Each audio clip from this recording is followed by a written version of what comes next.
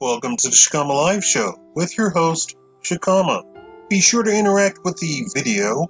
That means to thumbs up, thumbs down, leave a comment, share the video, and subscribe and click the bell. A little brief news. There is a suggestion that Las Vegas, where I live, will have a second shutdown of its own due to the renewed spike in the outbreak. So businesses are preparing for that. Bill Cosby, 82 blind, denied national mandate to serve time at home. In an effort to regain an O.J. Simpson-like frenzy of news watching, the mainstream media crafted this story about Bill Cosby and ran it 24/7, hoping to regain viewership like in the time of O.J. Unfortunately, it didn't work for them. The news cycle moved on. 2 weeks later, but the irreparable damage was done. A legendary black icon was destroyed, Bill Cosby. Not only that, but they removed the crowning jewel of the black American community, the Bill Cosby Show. And black media, which is actually owned by Jewish white people, came out against him, and a new political movement, which was searching for a man to destroy, had their crowning jewel in their pink hat, better known as the Me Too movement. It was the first victory, that's what they say.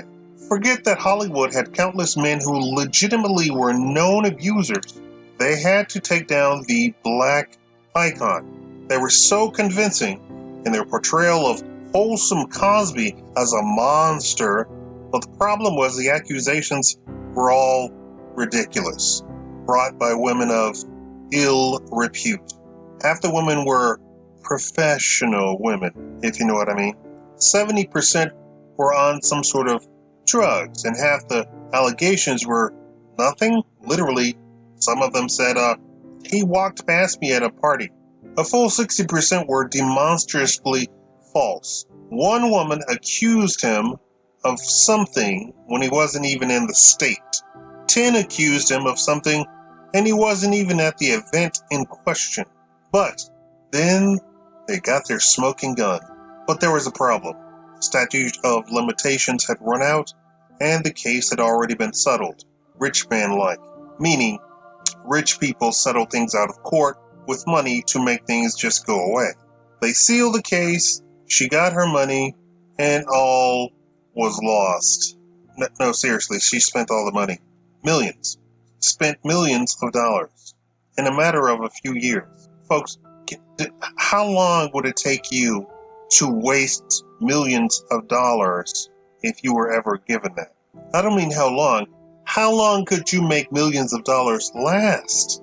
Some people quit their job. Not so fast. They changed the law for Cosby, broke the seal case, and the media ran with the narrative he confessed in that case.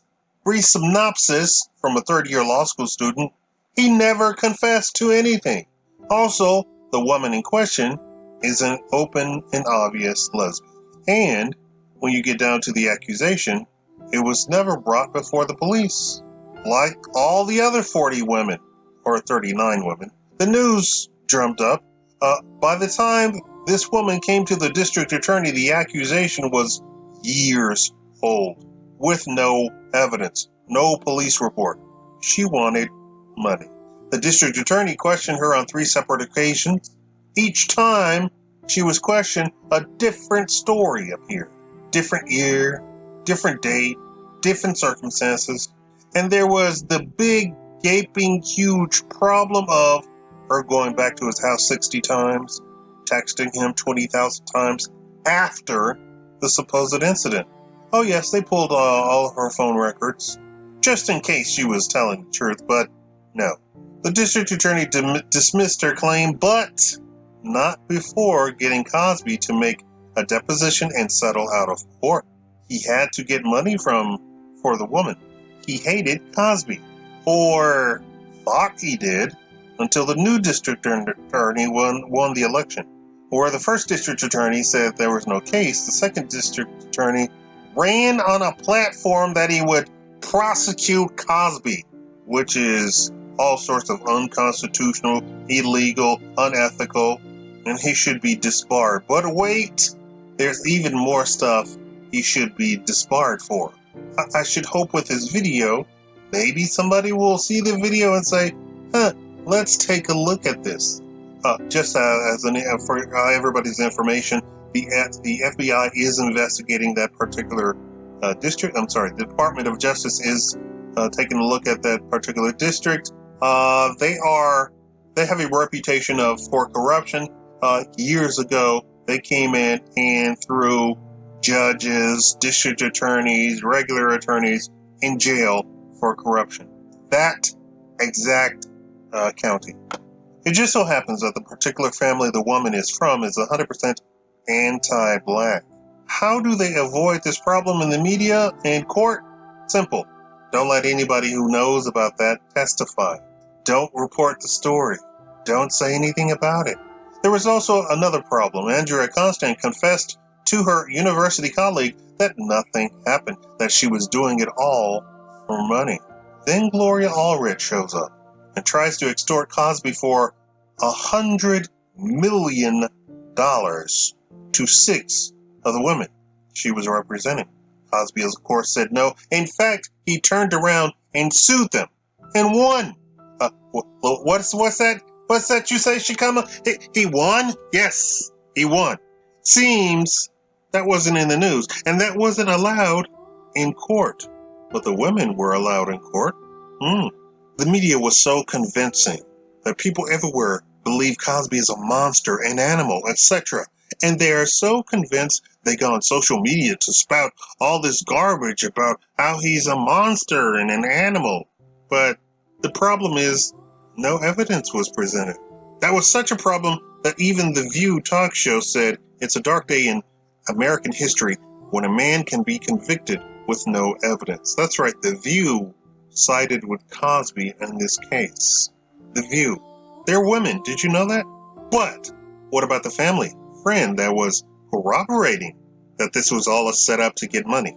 What about the university colleague that said Andrea Constand confessed to her? What happened to them?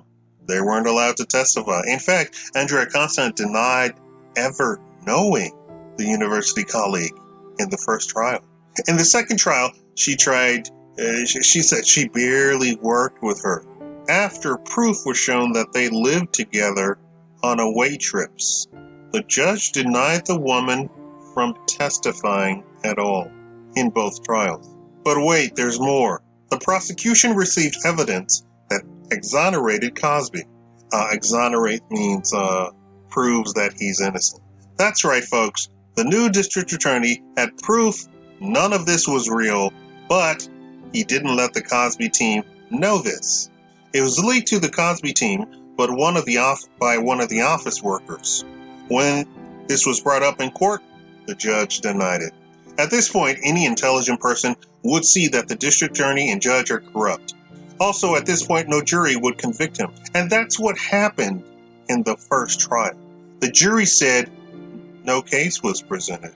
Well, the DA filed for a second trial and the judge granted it. Folks, for you regular people, that doesn't happen normally. Something was up. In a mistrial where the jury says you have no case, you can hang it up. But not this DA and judge.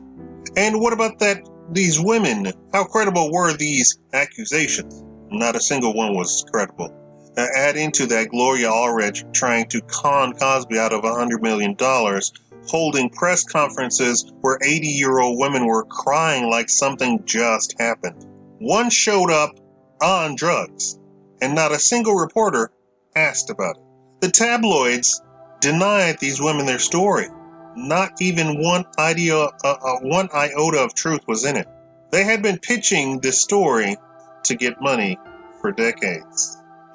Folks, we're talking about the credibility of the actual allegation. The tabloids sat down face to face with these women, heard their allegation, and said, no, we're not printing it. You are on drugs. No, we're not printing this. You just want money to get drugs. So, what's the truth about Cosby? In his younger days, Cosby hung out with the Rat Pack. He was a member of the Playboy Mansion. He was young, good-looking, rich, and part of the cool crowd. This was in the 60s. 20 years later, and about 50 TV shows later, Cosby hits on the Bill Cosby Show. He's changed his image. He's older, but the women didn't want to let go, but he wasn't like that anymore, and the Rat Pack was gone. Hefner himself was old. Cosby always did stuff for the black community, and Bill Cosby Show was his great homage to his own family. His wife Camille was portrayed on screen, as well as all of his children. They were portrayed as upper middle class, not rich, and black on TV, with a father in the home. It revolutionized the idea of black people. People across America thought of black people as people for the first time in the history of the country. Hollywood hated it, but Cosby paid for his and produced his along with his wife. You don't know. Hollywood hated Cosby since he first appeared on TV. Where they mistreated all the other black actors back then, Cosby was his own man. They wouldn't stand for it. But unlike all the other black actors, he didn't go begging for work. He also did his own productions, movies, TV shows, his own stuff. Hollywood hated that. Where they could portray blacks as pimps, prostitutes, and criminals, Cosby always threw a monkey wrench into that narrative, especially when he was seen around being wealthy, good-looking, with a gorgeous wife that wouldn't leave him. It gave Hollywood nightmares. Then this Me Too stuff happened. He was black, rich, powerful. Well, not anymore. But who's counting? They attacked him immediately. Now, during this outbreak, this pandemic, there's a Department of Justice mandate to remove all elderly prisoners and make them serve their sentence at home. Let me rephrase that. There is no qualification that the Department of Justice put on the prisoner as to who can and cannot serve their time at home, especially if they are elderly. In his state, the governor said Cosby was ineligible. The governor. Ladies and gentlemen, if you don't think Cosby isn't a political prisoner, I don't know what's wrong with you.